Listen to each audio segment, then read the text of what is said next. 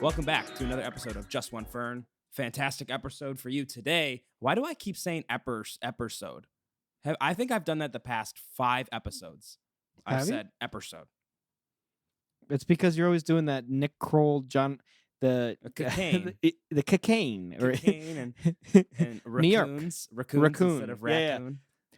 Episode. Raccoons. Which, by the way, saying raccoon so much easier. Flows off the tongue way better. I don't think I've heard you say raccoon in years. I haven't. I only say raccoon. And everyone that hasn't seen that play is like, why did he pronounce that raccoon? And but it is funny. It is funny. It's very funny.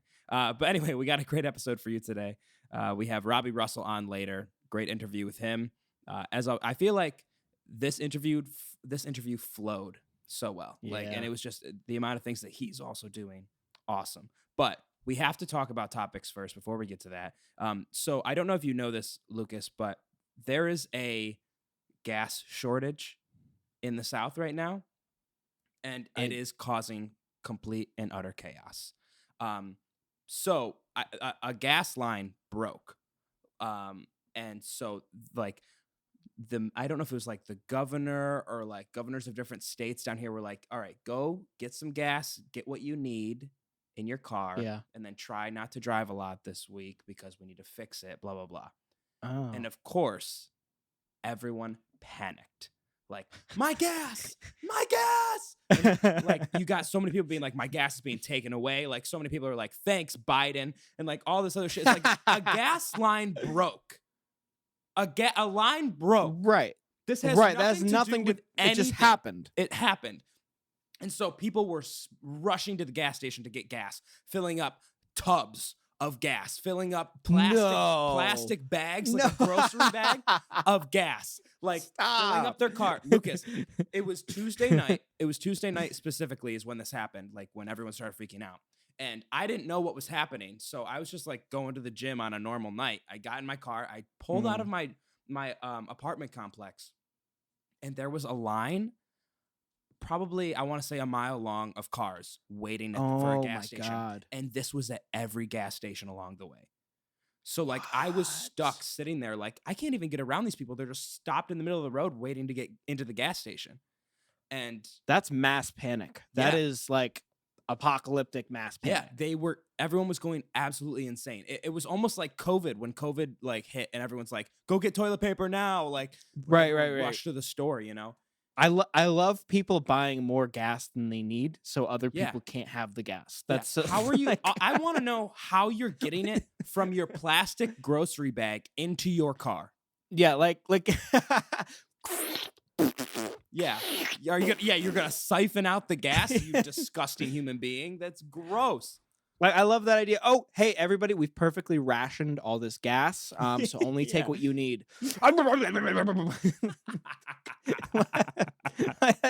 what an asshole thing to do. I'm sorry, like, you will be okay. Yeah. It's gasoline. No, you are an asshole if you were in that line that night. Because, I mean, granted, I have enough gas. Like, I filled up my tank on Monday, luckily. Because, like, if I wanted to get gas right now, I can't, because you know what the gas stations did now? They won. Some of them ran out of fucking gas, and the other ones, of course, put plastic bags over the nozzles so you like can't go in and use them. Like they shut down the machines. Yeah. So it's like you cannot get gas. Do you need gas? I can mail you some. I can mail you like a tub of gasoline. Yeah. No, it's plastic absolutely bag. insane. I don't know why people like the minute they freaked out is the minute we had a problem. We didn't have a problem. They were going to fix it. It was going to take like a week maybe to fix it. But you didn't need to freak the hell out. They did that. The people did that. And I don't know. Like, you should look up some of the pictures and the videos, though, because there are people filling. You know how, like, in every white person's basement, they have a storing bins, like those gray storing bins that click together on the top. And you go. Yeah. They took those to the gas station and filled them up with gas. That's ridiculous. That must have been hundreds of dollars to fill up those bins with gas. I hate those people. And the smell, they must It still spilled. smell like gasoline. It definitely spilled. There's in their no car. way you can't close a plastic bag with liquid in it. It's not possible. Can you imagine them driving home? Like, I'm Like, sure. you know. I'm positive that somebody in their car, like the bag popped open on the bottom. Yeah, and it's all over them. Like just smelled like gasoline. They came home and they're like, I just wasted like $30. Yeah. People are absolutely insane. They were like, oh my God, my gas is being taken away from me. I need to go get it now. I deserve that gas. Yeah. I earned that gas. I earned I it. supported the Iraq war. That was over oil. But I supported the purchase of, I don't know, something bad. Yeah. Something bad. Yeah, I'm no, sure. they were just insane. That was the craziest shit that happened this week for me, was seeing That is crazy. the chaos that was people filling up things besides their gas tank in their car with gasoline. Mass panic. Yeah, Mass there was a panic. guy filling up Tupperware. I saw a picture of that. Guy filling up Tupperware of gasoline. Oh, that's so funny. Like, what if, like, all right, here's your sandwich, kids, and here's your Tupperware of gasoline. Have fun at school today. And when you're done with that sandwich container, can you just run real quick to the Sitco? Yeah. Give you a $5. Hey, give you a $5. I want you Just to fill take. up the... Hey, listen, I know you only got 45 minutes for lunch, but I need you to eat quick and run across the street to the gas station. Get as much as you can. Fill it up. Cut line. Cut line. That guy's smarter than the plastic bag lady. Yeah. Plastic bag. That's so funny. I mean, that's much smarter than the plastic bag lady. But I can't believe that people were filling up quite literal tons in there. Yeah. In those plastic bins. It's insane. I think they're bad people. I agree. I'm gonna say that. And you know what? I get if you disagree. Yeah. But that makes you a bad person too. So fuck you. Yeah. I couldn't agree with you more. I think that is insane. That is an insane thing to happen this week. I'll tell you my insane thing. Bring it on. And I think, that was pretty grand scale, but this might be one step above that. It might be better. Might be better Might than what just you be- just said. Yep. So I'm just kind of, shoving down the bullshit. I'm sorry. Your story was such horse shit. I don't know. For the first time, I used a bidet. That's my news.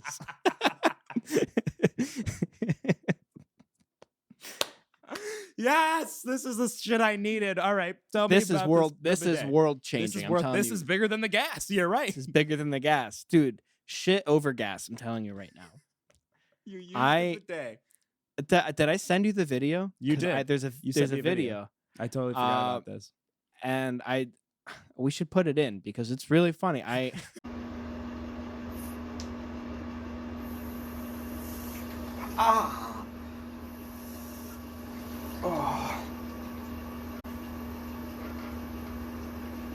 Bro.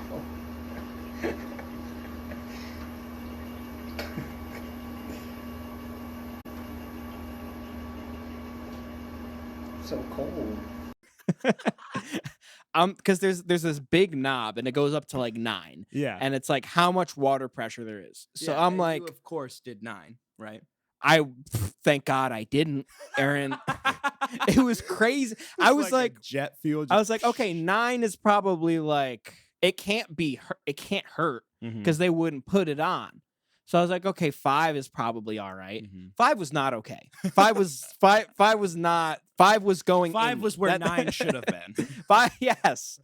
5 was where 9. Because I turned on a little bit and I'm like, oh wow, like I already hear the water. So I'm like, okay. So then I turned it on 1. Oh, it just gave me a nice little love tap. You know what I mean? And it was dead on accurate. It didn't miss a single section.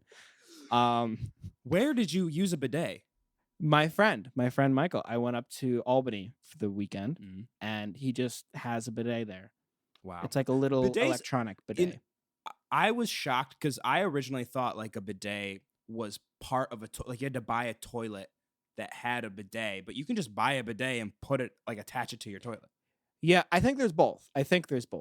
I don't know, but because this is the only one I've seen. Yeah. But I feel like there's like a Flint's bidet where it's just a water fountain. You just shit in a water fountain, and That was so bad, that French accent. Flint's bidet. That doesn't sound like French to you? No, you just sound like Donald Duck. That's what you sound. You don't even sound the French. That was good, by the way. I mean, that was better than the French. So you should stick to that. But I can't, I've never used a bidet, so I can't really relate to this story. But I mean, that's just the video of you on the toilet being like, "Oh my god!" Yeah, we should put it in for sure. I'll send it to you. And I have to say, I will do it again. Hey, I don't blame you. It was clean. It was clean. Yeah. Sometimes toilet paper doesn't do the job. What can I say? Sometimes toilet paper, in fact, makes it worse. I had a day the other day where too many times. Aaron. Yeah, it's tough. It can be tough. We've all been there. That's a human thing. We've all been there. It's like, man, it hurts. You just have a bad tummy day, And I needed some Charmin. That's what I needed. Yeah. Oh, that's the worst. Charmin Ultra Soft. Yeah. Love Charmin. Charmin, sponsor us, please. Yes. Thank you. Yes. How many retweets? But smash that retweet button. Smash it. All right. So moving on to other things in the news. This doesn't affect me, but this affects you. Do you have a Shake Shack near you? No. I looked into this, by the way. Really? So they said New York. They mean New York City. Oh, I hate that. I hate that a lot.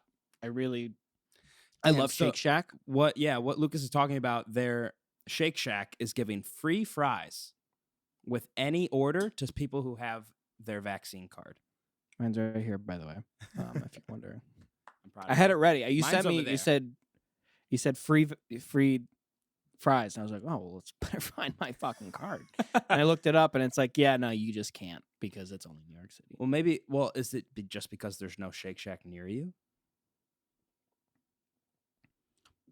I don't know. I feel like Shake Shack is only in cities. Yeah, it's one of those. It's like White Castle. White Castle's only in cities. You can't find it anywhere else. Doesn't make sense. Yeah. White Castle doesn't make sense. Shake Shack makes a little more sense than White Castle. Because White Castle could easily be like a shit trucker like gas station. Yeah. Like you'd find it on I-90. Like right. At one of those rest areas. That's where you find it. But yeah, no, Shake Shack, it's so good. It might be one of my favorite burgers. I haven't been. The last time I went to Shake Shack, was when I went to Philadelphia. I was in high school. I don't even remember what it tasted like. But I know there's a Shake Shack that's gorgeous in downtown Nashville. So and there's all these amazing restaurants and bars, and then Shake Shack right in the middle.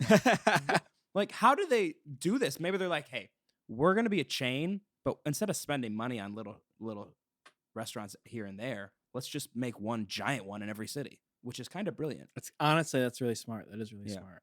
But free fries, you don't get them. That sucks.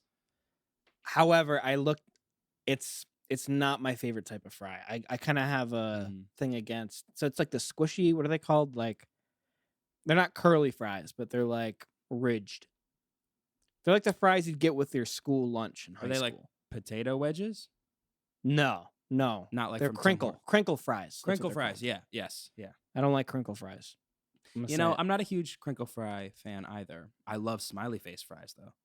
Smiley face fries are so good and nobody talks about them. Nobody talks about them enough. Like, they're amazing. Those with some dino nuggets. That lunch is fire. I'm going to buy that and eat those tomorrow. That's amazing. You should. But you can't. You got to make sure you can walk there. Unless do you have how many bags? How many bags of gas do I have? I have at least 10 bags. Okay. Yeah, what if plot twist? I was the psychopath at the gas station. It was you. Oh my god, my plastic bags with gas. That's so funny. But yeah, I mean, with Shake Shack, I wish they should extend it to Nashville because I'll go get some fries. Yeah, but I know you would. Those smiley fries. If any restaurant ever had smiley face fries, I'm there. Top of my list immediately. Do you have a favorite fry place? It depends because all the fast food places, sometimes their fries suck, sometimes they're great. It really depends. Yeah. Like, and it depends. Sometimes I'm in a crunchy fry mood. Sometimes I want those softer fries. So I don't know. Usually McDonald's is my go-to fry, but Those are some soft fries. Those are some greasy ass fries, and they're very delicious. greasy. They are very greasy. But I had also, this go might ahead. be controversial. Mm. I love a good Arby's curly fry.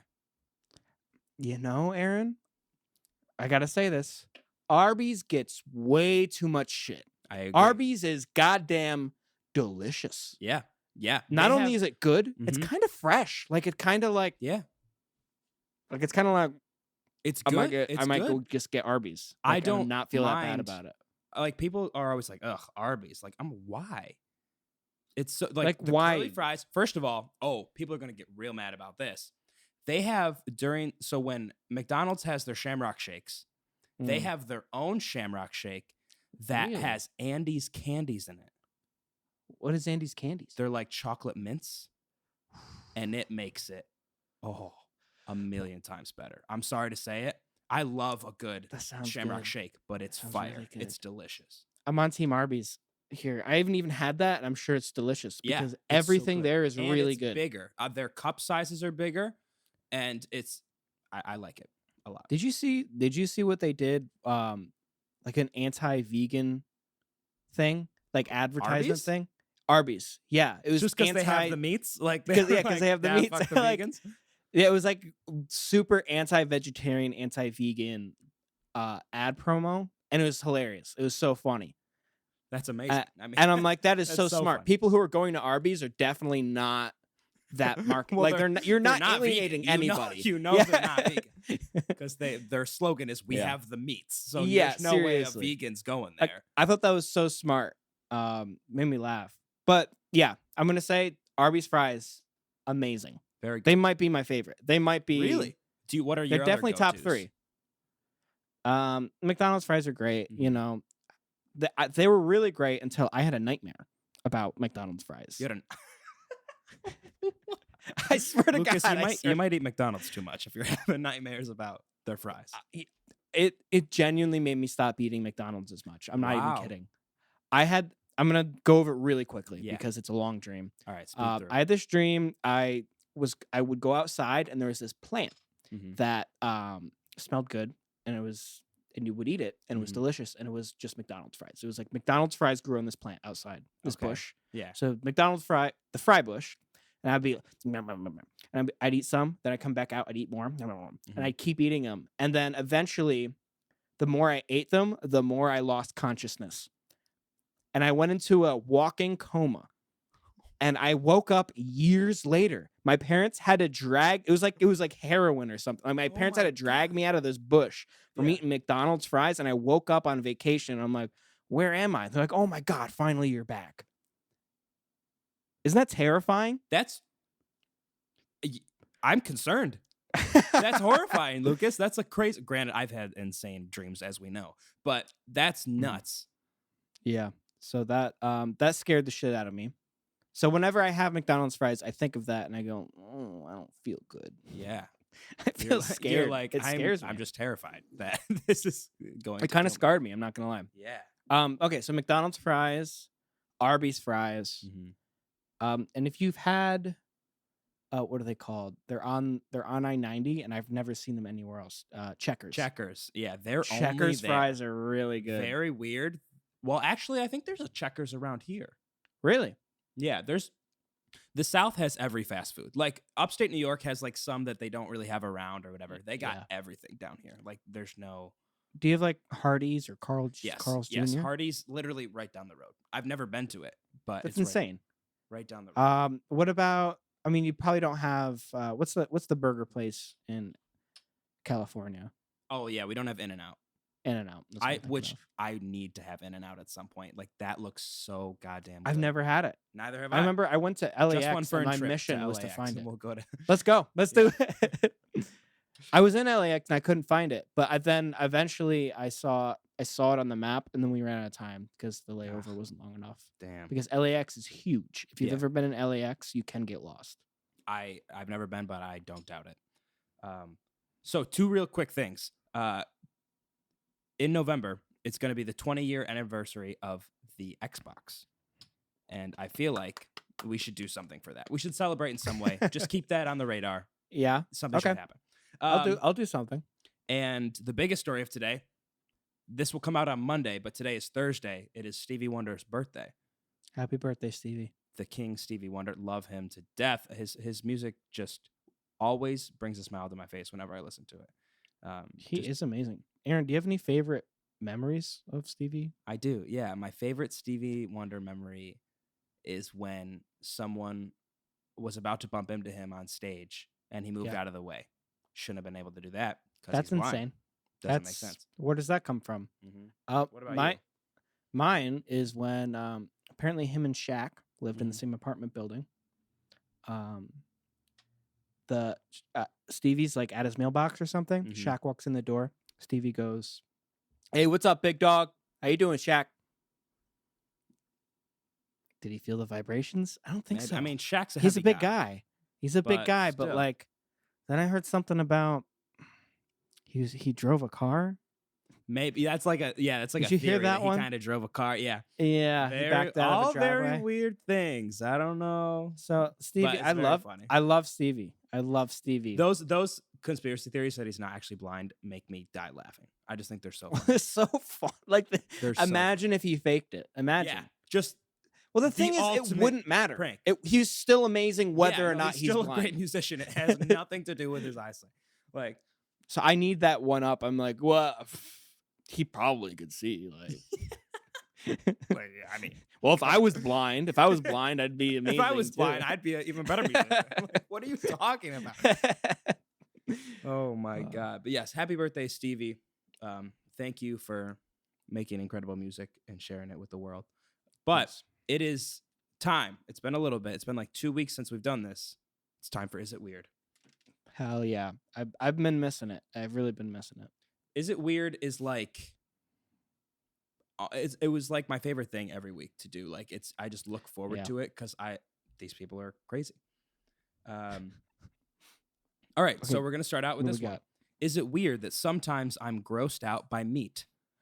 Like, I don't eat meat Okay. that often, but I tend to eat a lot of eggs and fish. But even then, sometimes I even eat my meals without any protein. Strange. You should eat protein. You know when you've eaten something so much that you can't stand the sight of it? Well, that's what I feel when I see meat. I'm not on any type of diet or restrictions. Never have been and probably never will. But I don't know why I'm able to eat it sometimes, but other times it's so disgusting to me. This person is just talking in circles. They need to make up their mind. They need to, because this question in the middle really throws me. You know when you've eaten something so much that you can't stand the sight of it? You just told me you don't eat meat that often. Yeah. Yep. So how is it similar to that? You just contradicted the point that you made in the previous sentence. Was it the sight of meat? Is that what they said in the beginning? Yes. They said, I don't eat meat that often, but I tend to eat a lot of eggs and fish. But even then, sometimes I eat my meals without any protein. Is it weird that I'm grossed out by meat? They didn't say necessarily about grossed out. Yeah, which is grossed out. I feel like if you're looking at something, I feel like That's what I think of. Maybe tasting when they is eat different. it. That they said they eat it though. They said So when then you eat something so much, it's gross to you. I'm gonna say, yes. This person is weird. This person is The weird. person is weird. The concept, if you're grossed out by meat, that's fine. Don't eat meat. That's not You that don't have- weird, yeah. that's not weird. There are vegetarians, there are vegans. We just talked about vegans earlier. Sorry, I know Arby's hates you. But if you can't, like, this just doesn't make sense. No. It's Well, kind of like, it's like a what's the play where like they can't be together, but Romeo and Juliet. I'm an idiot. Like they love me. They love meat, but they can't be the with play where they can't be together. I'm sorry. That's you're and right. then they That is kill that is the themselves. whole point. That is the whole point. Just a funny description. Yeah. That is. They're like, God, I love his meat, but I can't have it. I can't do it. I love his meat. Is that what you said? No, I love meat, not his meat. Oh, I thought you were like pretending to be Juliet. I love his meat. Can I tell a really quick story? Yeah. Can I tell a really quick story? Yeah, sure. When I was in high school, we read Romeo and Juliet, and we eventually watched a movie version of it. And I think it was the one with Leo in it, DiCaprio. I saw that one in class too in my high school. Yeah. And they show tits. They show tits in the movie. Boobs, yeah. And she's like underage, by the way. So like it didn't make sense that she couldn't even see the movie after she made it because her tits were in it. Yeah. Which is crazy. But all that, like, we had two classes in there. There was the class that was showing it and my teacher. And my teacher like wasn't really paying attention. And this guy in our class, he hunts, and he was showing him one of the deers he just shot. And my teacher's looking at him, he's like, "Wow, you shot that?" And he's like, yeah. And he goes, "Nice rack." And that was the same moment that I'm not making this up. That was the exact same moment this underage girl's tits show up on the screen. Oh no. Oh god. Which is awful. And like, first of all, she shouldn't have been naked on that on the film in the first place. Yeah. But the fact that a teacher then said "nice rack" to someone's dead deer. He said he almost got fired that year. Why is that the words you choose? Come on, man. Like, pick anything else. Oh my god. It was too good. Of course that would happen at your high school. And of course, like, of course no one laughed in the class when it happens. You were probably sitting there. It happens. Like, is no one else? I'm like, am I the only one who saw that? Yeah. Everyone, like, a couple people went, and then he went, no, and then they just moved on. They didn't give him time to like make up for it. They're just like, hey, he's weird. Shit. That's so bad. So I just had to tell that. Yeah. So this person's a fucking weirdo. All right. Is it weird? This is the next one. Is it weird that I don't even know how some of my neighbors look, even though I lived here for 16 years? 16. I'm from a small town, and I don't even know how my neighbors look, despite living in front of them for 16 years. I am super introverted and spend most of my life in my room, and we avoid meeting each other anyways because they're barely at home. Small town. I think it depends on where you live. Like, well, I'm just thinking about, like, personally for myself. I know what all of my neighbors look like, but I don't know if everyone does, you know? Like, I feel like most of my neighbors are pretty friendly, so yeah. And I grew up with some of the other, like, of some of my neighbors, so like I was over at their houses. I think it's strange if they've also been there for 16 years. Yes. That's the weirdest part, is the years that they've been there. Can I say strange, like, as in it's not them, it's just crazy that it never happened? Yeah. How is it that even being an introvert and them not being at home, they've never seen them? That's great. Like, especially especially if you're an introvert, because you are home, so you would know if somebody's outside. Yeah, you would see them, right? You know, you're around, you're in the area, and even if they're not home a lot, like, if they come and go, you probably are like, oh, they're here. Like, that's weird. Right? That they're home, and then you exactly. How else would you know they're not home a lot if you don't? Yeah, if you're not recognize when they're not home. Yeah. Is this person trying to plan for a murder? I don't know. Like, he posted this to be like, I don't even know what they look like, so how could I? It's his alibi. How could I kill them? I don't even know. He's jumping ahead. He's like, yeah, I don't know who the hell these people are. Then they die. And he's like, well, listen, I already said I don't know what they look like. How am I supposed to kill them? You think it was me? Well, that's ridiculous. Look at my look at this thing I said. Sir, is this your gun? No, I don't even know them. How could it have been me? I don't know what a gun is. Sorry. I actually said that like 2 years ago. You can I can pull up the records. I don't know what a gun is. Just like, yeah, they're barely home. I never see them. And then actually, you know what? Since the murder, they haven't been home at all, which is weird. Or this is just like a family, like, they're never home. They've never shown, because maybe they're like, they moved or something, and he just thinks they still live there. That would be they moved out better. year one. Like, it's been 15 years. I never see them. Like, I don't know what they look like. No shit, they don't live. Should I be worried about them?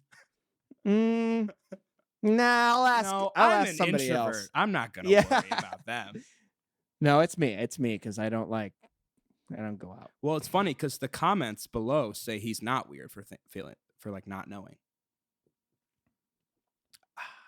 I think. Well, he isn't weird Mm-hmm. for sure, but I do. If he's a murderer, then yeah, he might be weird. Actually, Aaron, Mm-hmm. there are lots of murderers, and some of them might even be in this room. So I would tell you. Thank not God to we're talk not in the same room. So I would tell you that you shouldn't judge before you know what other people are like. Oh no, he's got me. Username. Oh, Lucas Ronaldo. Yeah, this is you.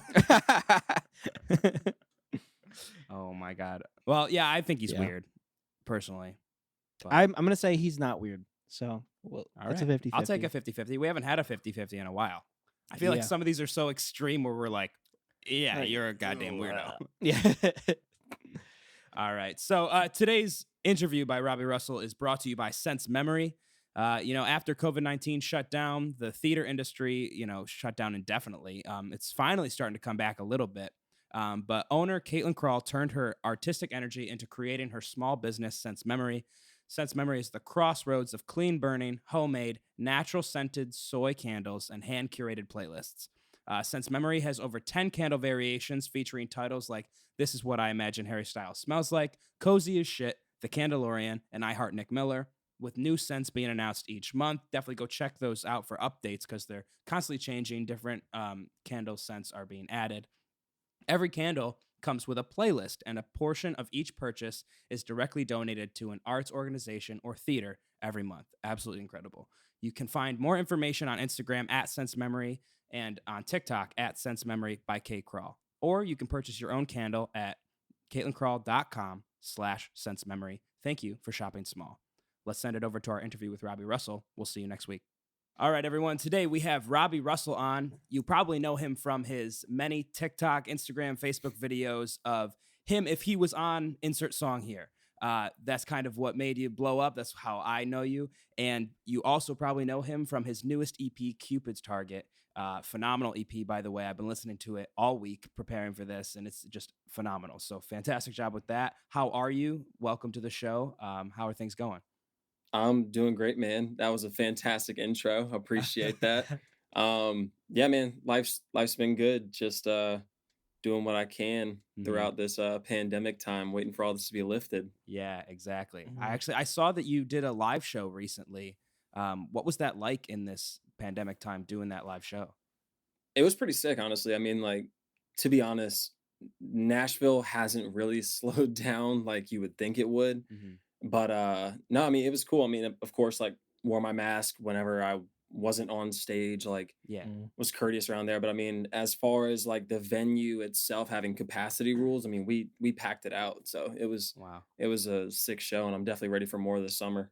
Yeah, that's awesome. I feel like I kind of noticed because I'm in Nashville as well, and I realized when I was downtown, like it seemed like no one was actually following the restrictions with certain venues, but that's really awesome that you had the opportunity to play out because that's the best part of people loosening up restrictions is that musicians are able to go perform their art. And it's very Oh important. yeah. Um, Well, so because everyone's looking for music to come back. I mean, yeah, I have so many friends that are already buying tickets and shit for yeah, 2022 and everything, ready for Yeah. new shows, and so yeah, it feels good to get back out for the artist perspective. So I mean, I can't. yeah, I bet so many other people feel that same way. yeah, Yeah, man. didn't you put together a band for your shows, Yeah, I or did, did you and already it have those guys together? well, so like it's really just a group of my friends. Like I Okay. asked my friend TC, who's the bass player, and I literally just texted him one night. I was like, "Hey, how would you feel about putting a band together? Do you have any people in mind?" And he was like, "Hey, give me 3 hours, and I will have a band put together." And I mean, I'm not even joking. 30 minutes later, he texted me back. It was like, "I have a full band. When do you want to rehearse?" And I Wow. was like, "Hey, that's That's sick. love." And just because like everyone that he contacted was like, "Yes, I don't care what it is. I want to perform. I want to get out. I'm Yeah. tired of being stuck in the house." Yeah, everyone's Yeah, I itching to get bet. out there. I mean, how did your music translate into like a band setting? Because I know it's very hip hop and pop oriented. How did you make that shift? And like, were there specific ways that you wanted to take it with the live band? Yeah, I mean, honestly, I was a little worried about how it would translate just because I mean, a lot of the sounds are electronic, very hard to recreate with a Mhm. live band, but I was lucky that I have a talented group of friends and I just gave it to them. I was like, "Hey, I want you guys to be as creative as you can with this. Give me your opinions, your thoughts, what we can and can't do." And I mean, Mm. we really made it work out. I mean, I think everything sounded incredible for a live band. Yeah. And so you have a lot of shows lined up ready to go for the summer, or? A lot of stuff's very up in the air right now. I mean, still Mhm. just with COVID and everything, trying to Gotcha. lock dates down and stuff like that. But hopefully got some stuff coming. So Okay. I'm definitely gonna be posting a lot about that as I get dates finalized. Nice. Are you like, do you like have a specific spot that you really want to play? Like in Nashville, let's say, just to be like a small area. Like, is where in Nashville is like your go-to spot that you want to play? Well, honestly, a friend of mine who has a promotion company here, Apogee, go check it out. He has a rooftop series that he's doing right now Oh, at damn. I think Sick. it's Bento Living. It's like right outside of downtown by the railroad tracks. It's like this real skinny building, but Okay. they've been hosting some shows there recently as like a kind of like a soft rooftop series, but then gonna do like it's called Live in the Sky, hopefully later this summer. So Okay. I'm really hoping to get a show for that. I've been talking to them and he seems to think that I can fit in like an R&B hip hop night that he's planning. So that one's Nice. gonna be sick because I've been to that venue and I've Nice. seen a few shows there already, and it Yeah. is amazing view, Mhm. great sound. So Dude, that's a must. that's That's cool. You amazing. can bring the band back? Hell yeah, I'm gonna bring them back. I've already texted them and Nice. everything. I'm like, Good. hey, how would you guys feel about performing this summer? They're like, literally just let us know the dates. Mhm. And I mean, 2 weeks in advance, we're good to go. That's Hell yeah. amazing. Yeah. So I guess let's start talking about the music that you're playing, the music that just came out, your new EP, Cupid's Target. Yes, Um, sir. I know you had like two collaborations on there, correct? You had two features. Yeah, I had Josh and then Ali. What was that process like? Because I've seen from a lot of your videos, you work a lot on your own, putting yourself into different, positions of possibly being a collaborator. What was that like having people come onto your tracks? Like, what was that process like for you? I mean, it was very organic. So I mean, for no relationships with Josh, I stumbled across his stuff on Instagram, checked him out on Spotify. I was like, yo, this kid's talented. Reached out to him through his email, talked to his management. And I mean, it was a real genuine kind of connection, just talking to them, saying, like, oh yeah, like we might just have to charge you for the studio time. And then by the end of it, they're like, hey, I mean, he liked it enough to where really like we're not going to charge you. We're just going to give it to you for free because we think this is Yeah. going to be big. So that one was Yeah. organic. And then Ali, I mean, he's been a good friend of mine since like middle school. So Mhm. that one was extremely organic. I mean, we've been that song went through so many transitions. Like we started that in 2017 and Wow. then like changed up the song completely, Mhm. I think 3 or 4 times, and then finally got to this version. And I was like, okay, this is the one. Yeah. This sounds incredible. We need to put it out. So That's awesome. it's always organic working with him. Nice. Well, that's super cool. I feel like, and then with the other songs that you wrote, were they also songs that you wrote maybe in like 2017? Were they a long time coming, or was it something you did more recently?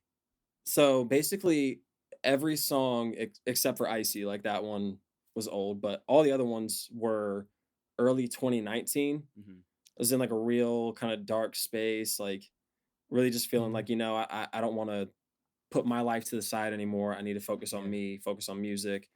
And yeah, I mean, it all kind of came together like that. And then since it all came together in the same space and time, I was like, all right, this has to be a project. This has to be an EP because people need to consume this the way that I created it, which is Yeah. as a project. So, Hmm. Right. Yeah. Which actually kind of leads me right into my like next point, which was like EPs and albums. They're usually either one of two things. They're usually like a collection of songs that don't necessarily flow together. That might be different styles, not have a story. And then there's like the cohesive story. They flow together really well. And I Mhm. feel oh like yeah. yours is the latter. Did you create that with that in mind? Oh, definitely. I mean, when I created 80, uh, which actually was a full song originally, and I Hmm. chopped it up to become a kind of an intro song. So I thought it like fit better that way. But Yeah, no, when I created all of that, I definitely had a project in mind. And I was like, this has such a cohesive story and really kind of sums up how I was feeling in that space that Yeah. I wanted people to consume it that way. Of course, a lot of people say that EPs and albums are kind of outdated at this point. People just want singles to consume Hmm. like month to month. And you hear it a couple times, like, all right, what's next? Like, I'm trying to hear the next song. But Yeah. this one I felt I was like, I can't put it out any other way. It has to be Hmm. this way. Like it has standalones, but you gotta listen to it all the way through to really kind of Yeah. be able to understand the mind space that I was Yeah. in. Do you think that that's true though, with people saying that, singles are the way to go now? Do you feel like that's true, or do you feel like it's just every artist should just do whatever the hell they want to do? I mean, I feel like as long as you kind of build up a solid fan base, Hmm. they're gonna take whatever you give them, honestly. Yeah, Like yeah, yeah, I still Yeah. think that singles are the way to go if you're still trying to build up, uh, just because of how fast and quickly everyone consumes music nowadays. I mean, it's at such a rapid pace how fast people put out music that it's hard to put out full albums because people listen to it once, they're like, all right, what's next? And then you're yeah, like, oh well shit, that was like a year and a half of Yeah. me in the yeah, studio yeah, yeah. when you could just go to the studio one night, write some quick song and Hmm. put it out and people will love it and then do Yeah. that repeatedly over the next like Yeah. couple months. And you seem to follow that kind of single pattern, at least more recently. And you obviously put EPs in between. How does that? Do you find that that works out for you? Like it's like climbing steps on a ladder, or is it um like what is that? What is that like?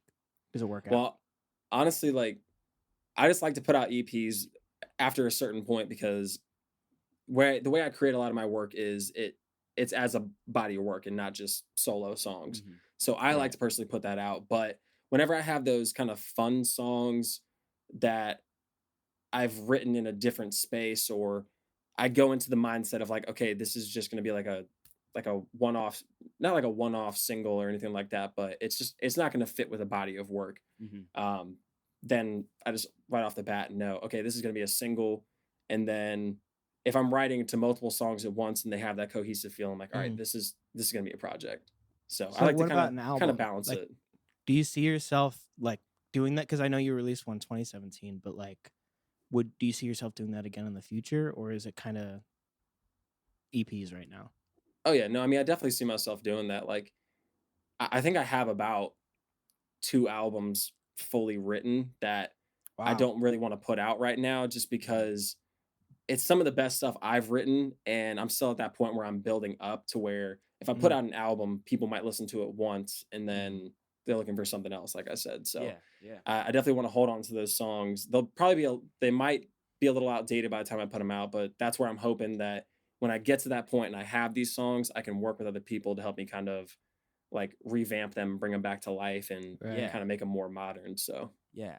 It's crazy how music can, like, it has to shift almost. Like I feel like when Oh, you yeah. write a song, like say a song that you wrote in 2017 that you haven't released, and you are a completely different person. Everyone is 4 years later. So like, do you find yourself going back to a lot of those old tracks and changing lyrics, changing styles, stuff like that?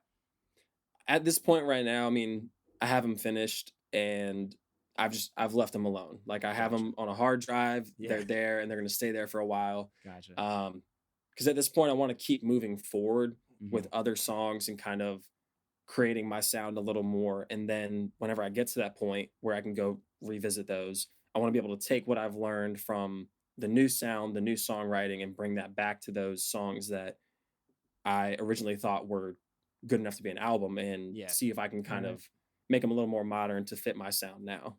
Nice.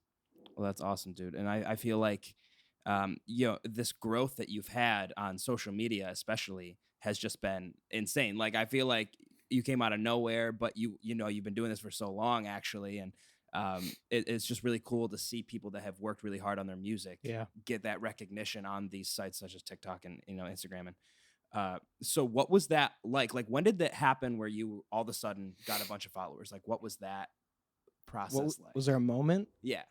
Oh yeah, I mean it definitely came from TikTok. Like I had a solid like 8,000 followers I think before TikTok and all that, but it was the remix videos. I mean, as I started putting out a few on TikTok and on Instagram, and kind of flopped, didn't do much. But then as soon as I put out my Lemonade remix by Internet Money, that's the one that popped. Like it sat on TikTok for like a week and some change, and then all of a sudden woke up one day and it was up to like 100,000 views, and then it just kept climbing from there. And then put out a few more, and then it was the Holiday remix by Lil Nas X.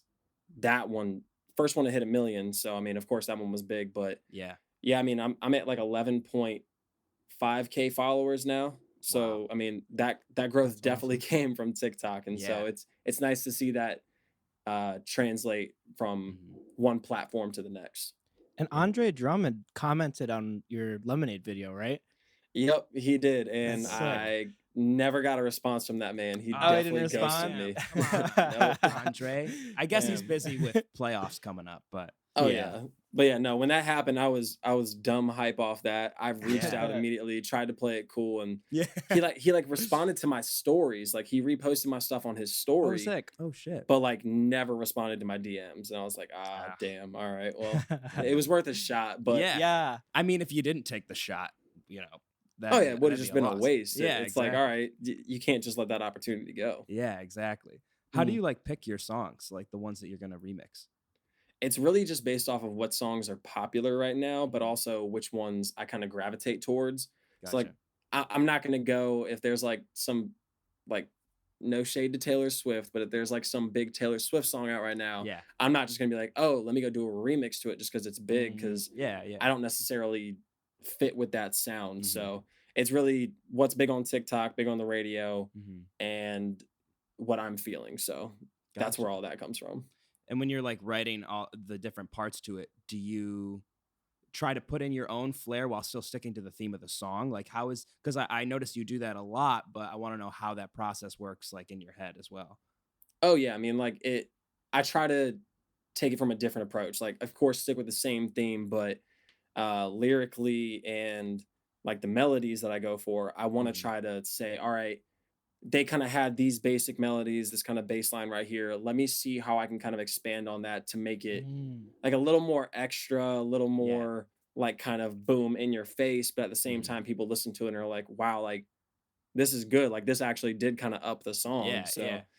That's the approach I try to take, is just to go into it like I was actually on the song, or like I was basically fighting to get on the song, to be like, all right, I gotta put a solid enough effort into this to where people will hear it and be like, damn, like that should have been on the original. Like we got to contact them right now and get them on there. And that has to be great, like practice even, you know? Oh yeah. I mean, it really helps with my songwriting abilities, because like at this point, I mean, I write pretty frequently, and I'm not even gonna lie, like before I hopped on this call, I literally finished a remix within like 30 minutes, I think. Oh wow. Nice. So I'm trying to get faster, but at the same time, not necessarily lose the actual value of what I'm writing. Because I feel like you have it down to a science now, right? Like I mean, you've been doing it for months. Oh yeah, I mean, like I go in and I take all the original audio, the instrumental, I chop them up in Logic. Damn, I almost forgot what I use in Logic, and then just have it on loop for a little while, and whatever lyrics really come naturally, I toss them in there, take my voice memos down for the basic melodies, and then when I actually record them is when I try to say, all right, I have this basic, like the basic melodies down, but like how can I kind of like flare this up a little bit? Like how can I actually make this like stick out? So well, one of the things that impresses me is you always match the not just the vocal style, but like when you record it and mix it into the song, it fits, like it sits nice in the mix. And I'm like, okay, he kind of knows what he's doing with with mixing vocals. This guy isn't messing with us. Like he knows. Yeah. It could have been on the song. Like I might not have known. Hey, I appreciate that. I can't take the credit for mixing it. That was my boy John Burke.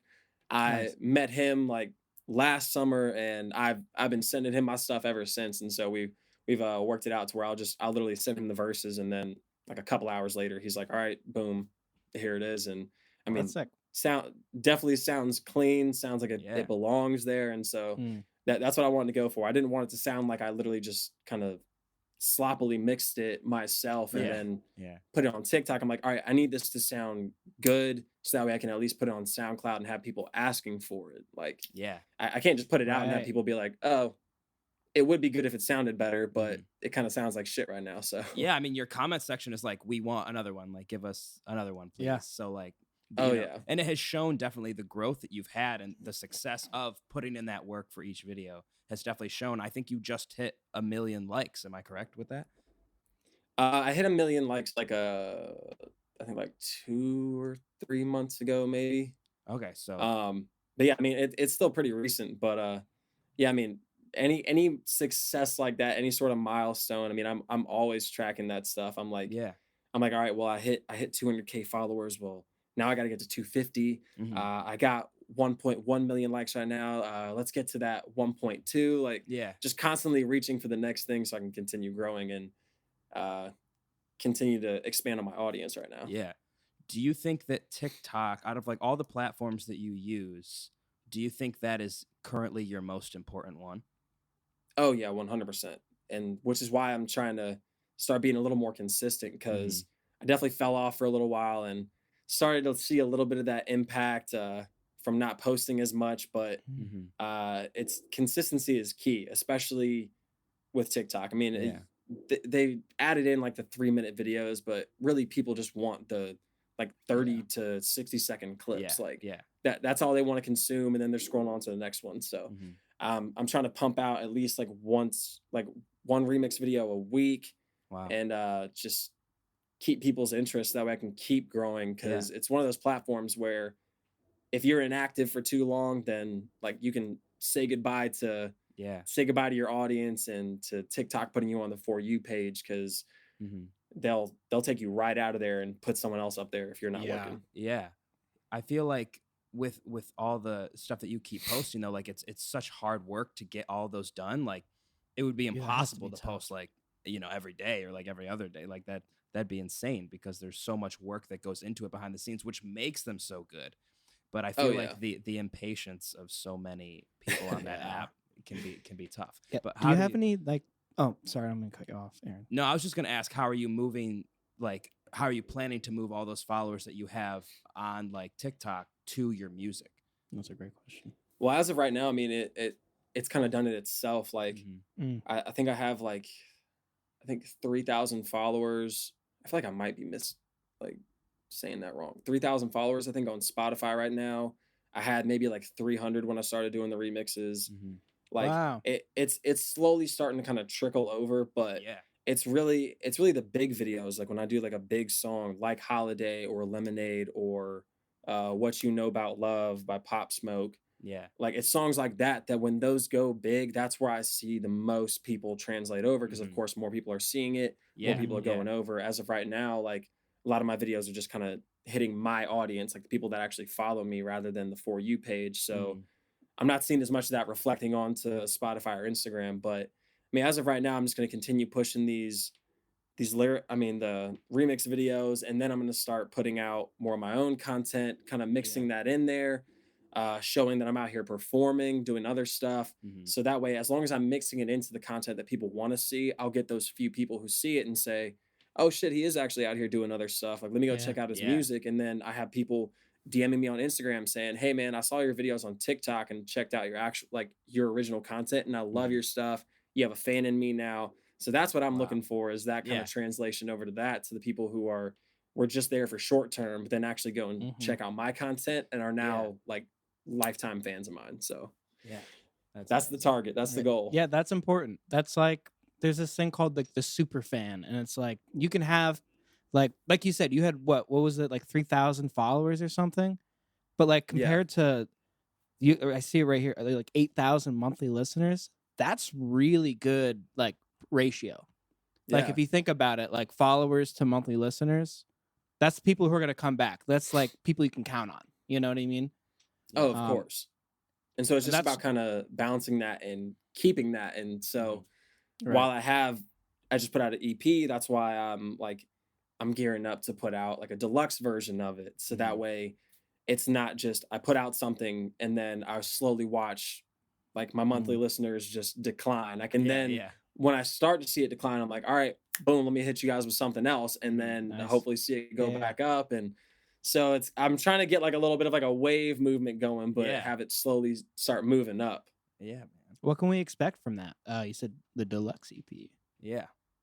Oh, I mean, it's gonna be 2 new original songs, and then it's gonna be a remix to No Relationships with my boy Valid Point, who I just recently did a song with. I was on his, and so I was like, hey, I need to get you on this. I think you would kill it. So yeah, I'm very excited for that. And so hopefully with shows and stuff like that coming up, I'll be able to kind of tease them at live shows before dropping it. But yeah, I'm excited for those new songs. So I think people are really gonna like those. Are they 2 songs that are similar to the ones already on the EP? Were they something that you planned for this deluxe to come out before you released the EP, or? Yeah. So like I already had them in mind. Like I wrote them later in time, but I kind of tapped into that mindset again. Gotcha. And really feel like these, like it still has that cohesive feel. Like it's not just gonna be like, oh, like he just wanted to toss these on to toss them on. Like it's definitely gonna fit with that same vibe, like the kind of dark R&B, little more introspective. So I'm very excited to put those out because I really like the 2 original songs, and of course I love the remix. But I'm excited to see how people kind of digest it. Yeah, and you have some lyric videos coming out as well. Yes, sir. And I'm hopefully gonna put those out end of this month is my plan. Okay. But kind of tentative right now, just waiting to see how people are feeling on TikTok and taking my content on Instagram and all that, just to see where there's like a little bit of a break for what I'm putting out and say, all right, you know what? I'm gonna hit you guys with some lyric videos. Go ahead. Here you go. Nice. And so like, I guess to like encompass everything that we've kind of talked about, all of this stuff takes so much work. So are you like constantly writing like all day, every day? Or like, do you have to, do you sleep ever? Like because I feel like you're constantly doing so many different things, and it's amazing. You're putting out this amazing content. How do you make the time to do this?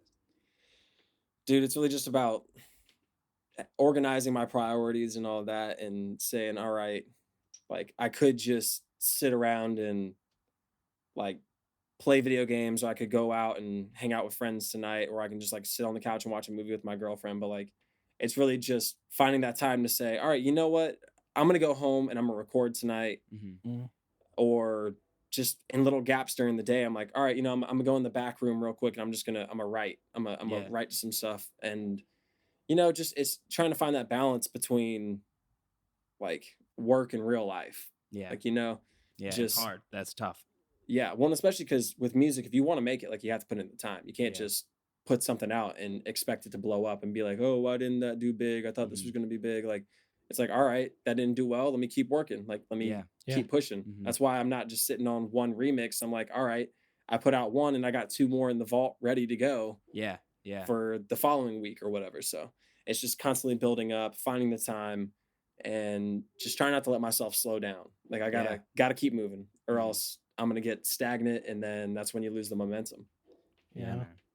Well, hey, all of this momentum, I hope it keeps going. I know it will. Thank you again for coming on for the interview. Of course, man. I appreciate you guys having me on. Yeah, man.